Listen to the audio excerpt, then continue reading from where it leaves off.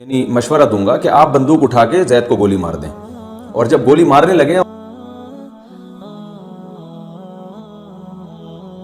لکھا ہے تو عمل کا کیا فائدہ؟ جب تقدیر میں سب کچھ لکھ دیا جاتا ہے تو پھر محنت اور عمل کرنے کا کیا فائدہ؟ کیونکہ ہونا تو وہی ہے جو اللہ نے لکھ دیا ہے۔ دیکھیے اللہ تعالیٰ کو تو سب چیزوں کا علم پہلے سے موجود ہے،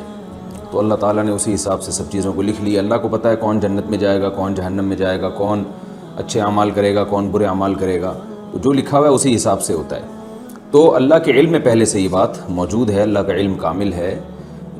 اور جو کچھ اللہ نے اس علم کے حساب سے لکھ دیا وہ اسی طرح سے ہوتا چلا جا رہا ہے۔ باقی یہ رہا یہ مسئلہ کہ پہلے سے لکھا ہوا ہے تو جنت میں کیوں جائے گا، جہنم میں کیوں جائے گا انسان، اس کے دو جواب ہیں، ایک الزامی جواب اور ایک تحقیقی جواب۔ الزامی کہتے ہیں کہ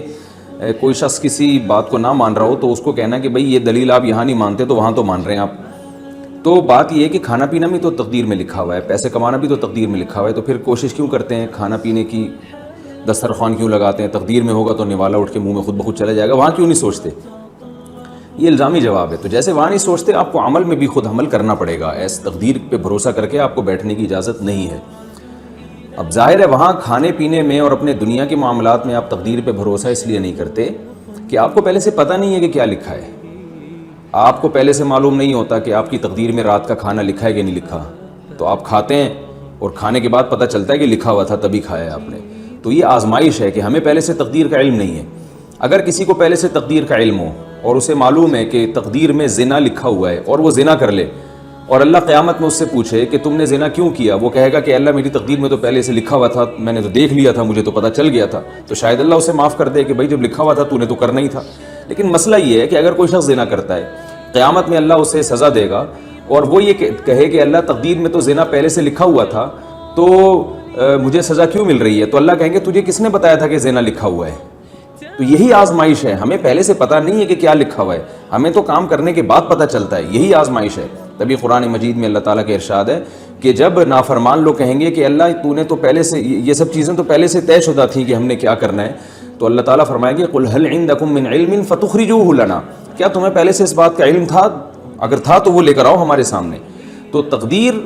پہ لکھے ہوئے ہونے کے باوجود جو آزمائش ہے وہ آزمائش ہی رہتی ہے، اس لیے کہ ہمیں پہلے سے معلوم نہیں ہے۔ اس کی علماء نے بڑی بہترین مثال دی ہے کہ ایک ٹیچر اپنے اسٹوڈنٹس کو پڑھاتا ہے، اپنے شاگردوں کو پڑھاتا ہے، اور اسے پتہ ہوتا ہے کہ میرا کون سا شاگرد ہونہار ہے، کون سا محنتی ہے اور کون سا نالائق ہے، جو پورے سال محنت نہیں کر رہا اور امتحان میں چونکہ نقل بھی نہیں ہوگی تو اس کو پہلے سے پتہ ہوتا ہے کہ یہ 0 نمبر لے گا۔ تو استاذ کیا کرتا ہے کہ جو امتحانی پیپر ہے اس میں جو رزلٹ ہے نا اس میں پہلے سے 0 لکھ دیتا ہے، کیونکہ اس کو پہلے سے پتہ ہے کہ اس نے کرنا کرانا کچھ نہیں ہے، میں اسے پہلے سے جانتا ہوں کرے گا کچھ بھی نہیں ہے، تو پہلے سے 0 لکھ دیتا ہے۔ اور جس کے بارے میں استاذ کو معلوم ہے کہ یہ 100 نمبر لازمی لے گا، یہ ہونہار طالب علم ہے، مجھے اس کا پتہ ہے کہ یہ کبھی بھی غلط یعنی ایسا نہیں کرتا کہ محنت نہ کرے اور اس کا دماغ بھی اچھا ہے، تو استاذ نے پہلے سے رزلٹ میں 100 نمبر ڈال دیے۔ لیکن استاذ اپنے اس رزلٹ کی بیس پہ جو استاذ نے نمبر لگائے رزلٹ اناؤنس نہیں کرتا بلکہ امتحان لیتا ہے تاکہ کل کو حجت تمام ہو جائے۔ جب امتحان لیتا ہے تو نالائق طالب علم جو ہے اس کے کوئی کویشچن ہی حل نہیں کرتا، اس کے یعنی جب اس کے پیپر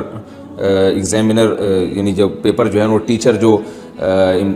پیپر چیک کرنے والا ہے اس کے سامنے آتا ہے تو وہ دیکھتا ہے کہ اس نے تو کچھ بھی نہیں کیا، صرف صفائی کے نمبر اگر اس کو دیے جائیں تو دیے جائیں، کیونکہ خالی پیپر چھوڑ کر آیا ہے، ایک ڈاٹ کا نشان بھی نہیں ہے اس میں، تو وہ 0 لگا دیتا ہے۔ اور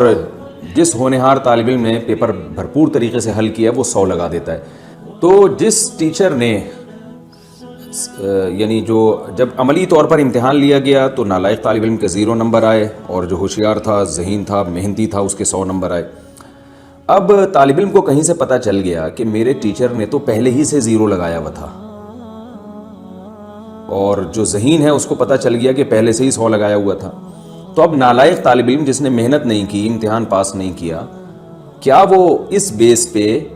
اس رزلٹ کو مسترد کر سکتا ہے کہ جی آپ نے تو پہلے ہی 0 لگا دیا تھا؟ اگر وہ کیس کرے اور کہے کہ ٹیچر سے کہ آپ نے تو رزلٹ کے پیپر میں پہلے ہی 0 لگا دیا تھا، تو جو ٹیچر ہے نا وہ یہ کہے گا کہ تم یہ نہ دیکھو کہ میں نے لگایا تھا نہیں لگایا، تم یہ دیکھو میں نے صحیح لگایا تھا غلط لگایا تھا، مجھے چونکہ پتا تھا کہ تم نالائق ہو تو میں نے تمہیں آزمایا ہے اور تم اس امتحان میں ناکام ہوئے ہو، تو مجھے پہلے سے علم تھا کہ ناکام ہوئے ہو، لہٰذا میں نے پہلے ہی لگا دیا تھا کیونکہ میرا علم کامل ہے۔ تو انسان سے تو پھر بھی غلطی ہو سکتی ہے، وہ جس طالب علم کو 0 نمبر دینے چاہیے اس کو 50 دے سکتا ہے، 20 نمبر دے سکتا ہے، لیکن اللہ سے غلطی نہیں ہوتی۔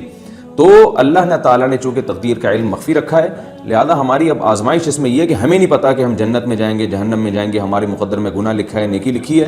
ہمیں عمل کرنا ہے۔ حدیث میں آتا ہے اعملوا فکل میسر لما خلق لہ، جس نے جہاں جانا ہے وہ ویسے اعمال کرتا ہے۔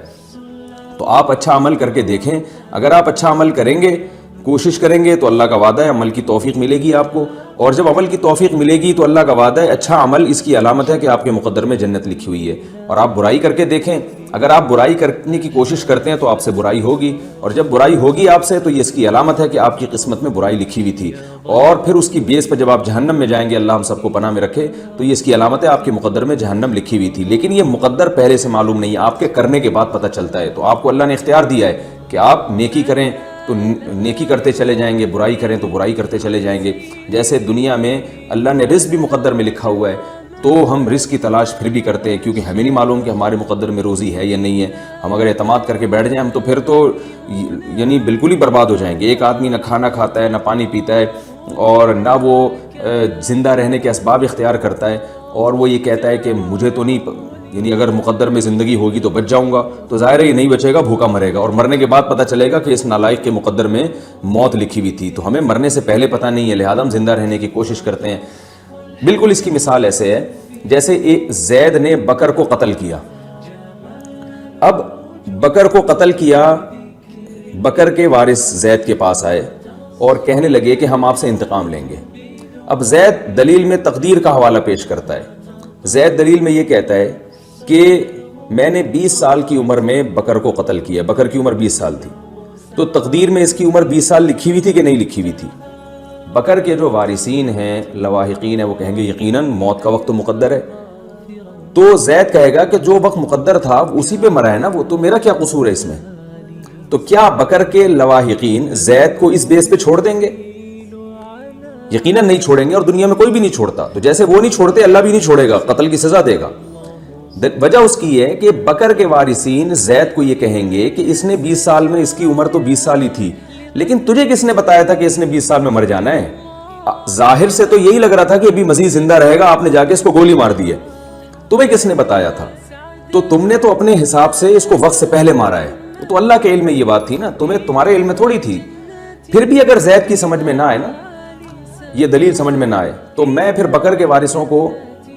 یعنی مشورہ دوں گا کہ آپ بندوق اٹھا کے زید کو گولی مار دیں، اور جب گولی مارنے لگیں اور زید چیخے چلائے تو پھر زید کو آپ بھی یہ کہیں کہ تمہاری بھی عمر اتنی لکھی ہوئی تھی، لہذا اگر تم نے بکر کو مار دیا یہ جرم نہیں ہے، تو ہمارا تمہیں مارنا بھی جرم نہیں ہے۔